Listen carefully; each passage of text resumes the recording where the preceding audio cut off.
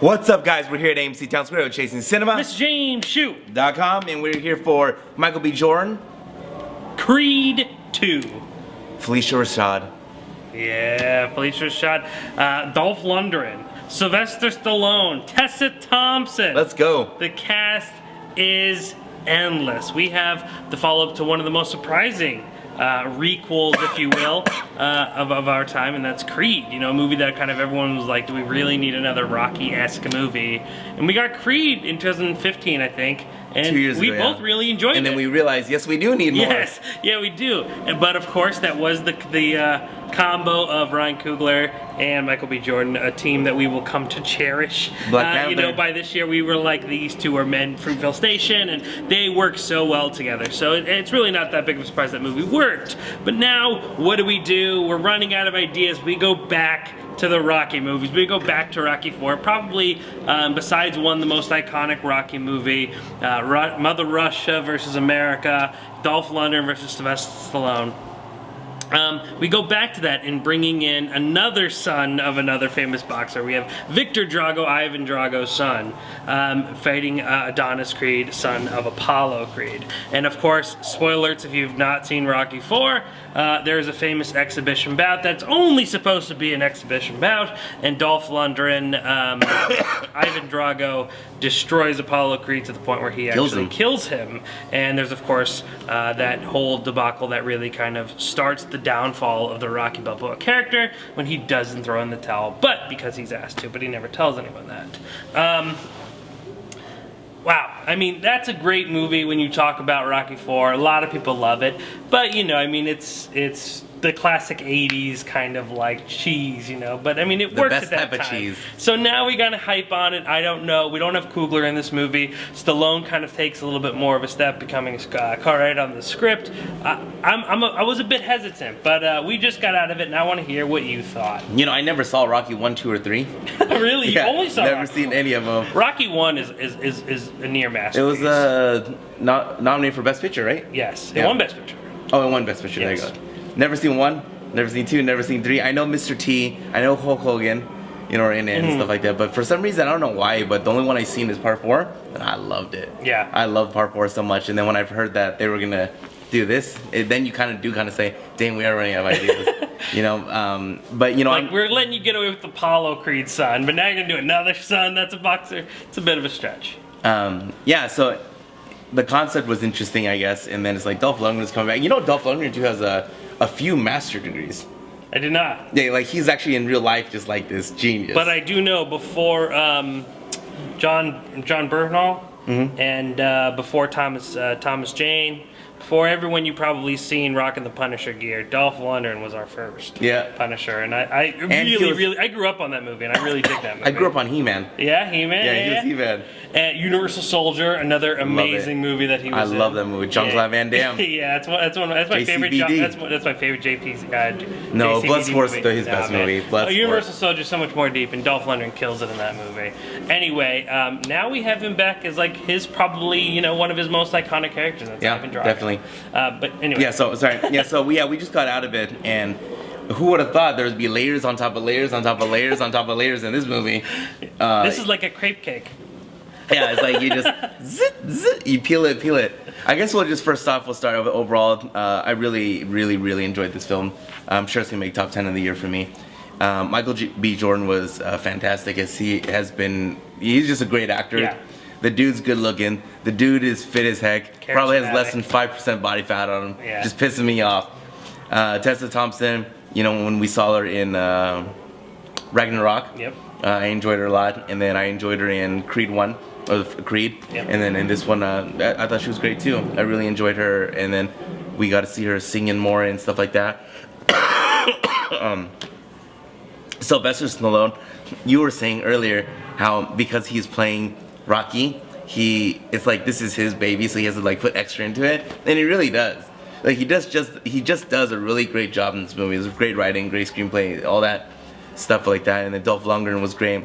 The story aspect between the Dolph Lundgren side, where you kind of like, dang, I actually want the kid to win, because it's like all he wants is respect from his father. That's all he cares about. I just want respect from my father.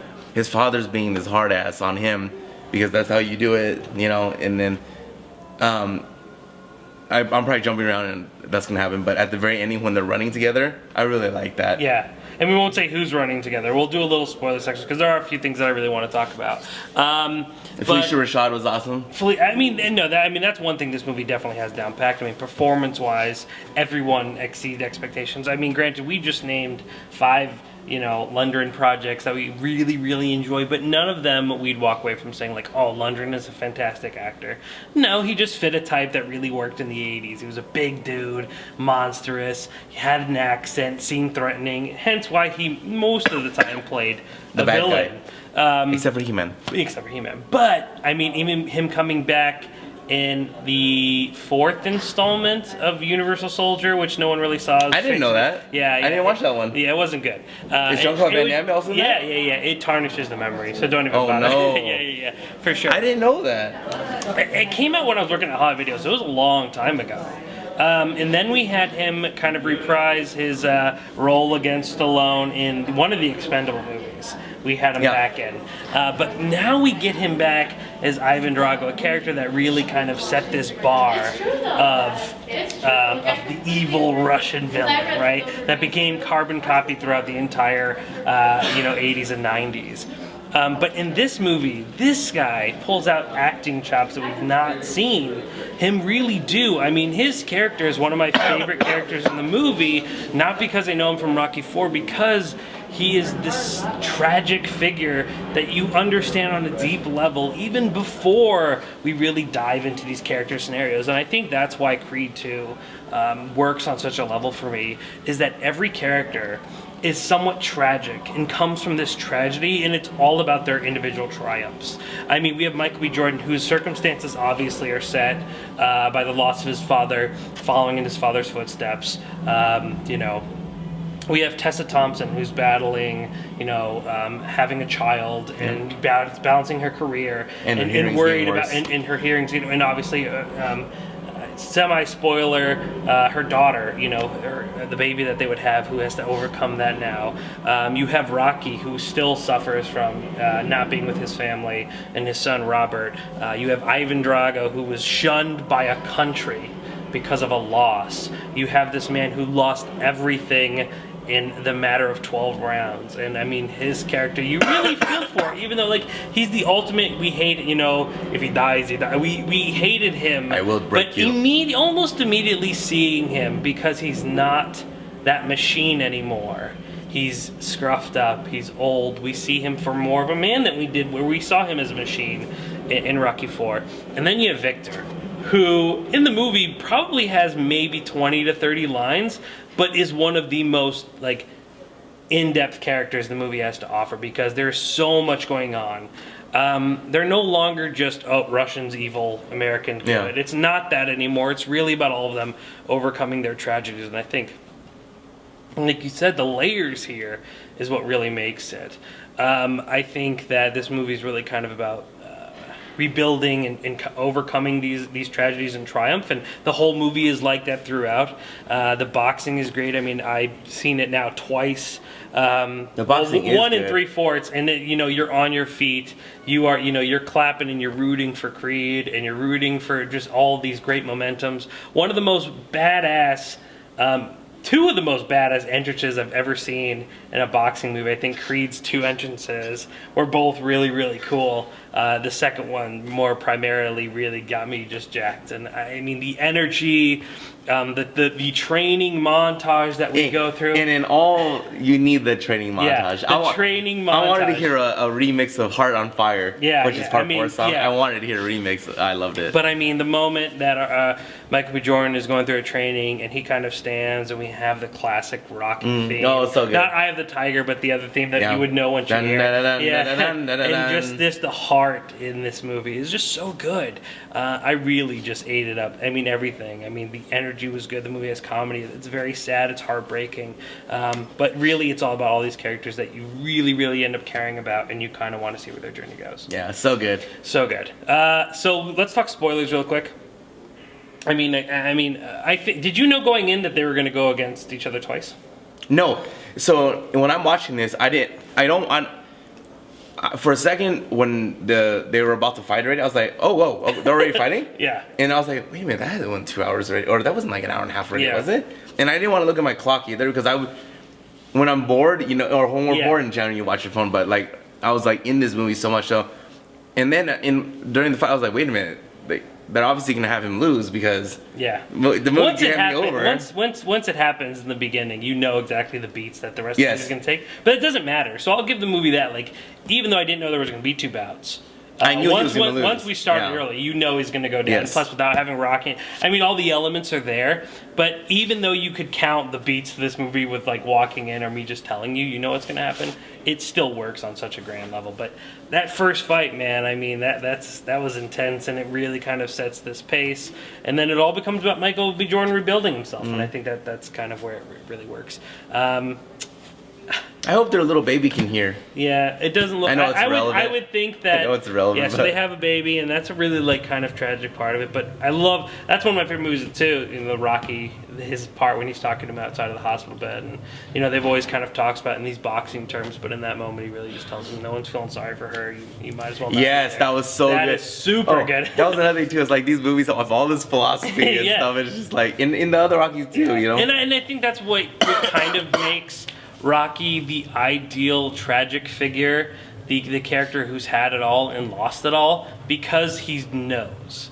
Rocky was never a character that learned through ignorance, but made the mistakes even though he knew he was making them. Like there's this really great moment that's very, very small when Adonis has lost the fight, kicks Rocky out of the room after he comes and sees him in the hospital bedroom.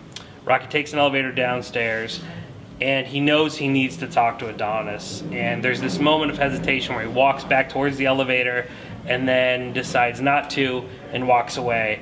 And throughout the whole entire movie, we kind of see Rocky's hesitation to get involved emotionally, even though he knows, like how much it matters to these people to be involved. It hurts him too much to care because obviously everyone that he's ever loved has died beside his son and now grandson. And those little moments, like just that one little thing where I don't think if you're not really watching, you don't even catch him do this little double turn. I mean, it just really kind of makes him even more. And like you said, you know, I think what makes Stallone so good in this role as Balboa is because that character means so much to him. Truly an underdog. And then, of course, to go back to the other philosophy, I mean, you know, we were talking about this philosophy. You know, there's this really great speech at one point in the movie when he talks about climbing 3 steps. It's only 3 steps to the top of the mountain. And then at the end of the movie, what does Rocky have to do? He has to descend the steps to knock on the door of his son, and there's this really, really great moment. Was that the same son, actor?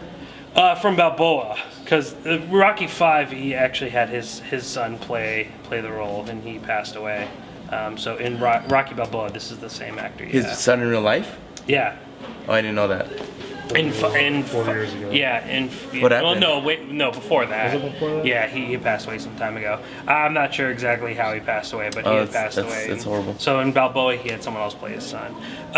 Was the son, Sylvester Stallone's son, in the previous films? His real son? In 5. Yeah. No, before that. No.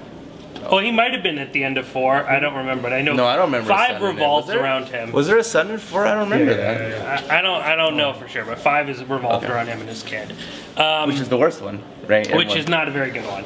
But anyway, I mean, I think that relationship. And you know what else I liked is while we have this whole arc between Victor and Ivan and the mom, and then we have all those stories never overtake Michael B. Jordan's. They're all there, but we also don't have to have these moments where these things are explained or overanalyzed. Like the ending makes perfect sense. Yep. And no one, like we don't need to have a scene between Ivan and Victor consolidating, consoling, and letting it all go. Like there's not this breakdown moment of them explaining all of their emotions. We get it. Like I said, like the fact that Victor doesn't need to speak, and we automatically know every step that character takes and like everything that he's doing for and why he's motivated really speaks to it. And same thing with, you know, Balboa. We knew that he eventually was going to go talk to his son. We know that's a major arc in the movie, but we never spend, you know, these moments where Rocky has to explain or apologize, and there's these big moments of reconciliation. They happen. We know that they're going to happen, and it just kind of lets it lets us create that image on our own. Yeah, I really no. You know that part where at the very ending when Victor and Ivan are running. Yeah. That like meant a lot to me. Yeah, no, absolutely. Because like,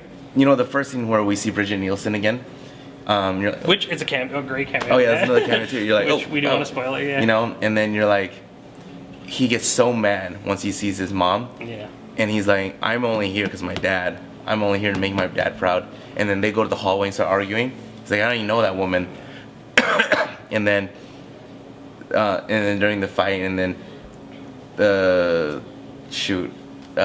Lundgren sees them walk away. Yeah. And he's like, you know, he's just like, damn it. You know, this all, and then this time he threw the towel in. Yeah. It was, and it's great because while you think that like the idea is that Victor Drago is trying to win for Russia. Oh, okay. No, is that like trying to win for Russia and trying to win. It's really not about his mom at all. I mean, like she is this element, but it's him, and it's not even the fact of so much him wanting to win or because his father trained him, but the idea that he wants his father's life and career to be absolved. He wants to right that wrong. It's not like I need to win because I need to prove that I'm the greatest Russian in the world. Where Drago, when I say Drago, I mean Ivan Drago's mentality, Dolph Lundgren's mentality is like, I want you to be the face of Russia. This is the future. You know, we need to make this for your future.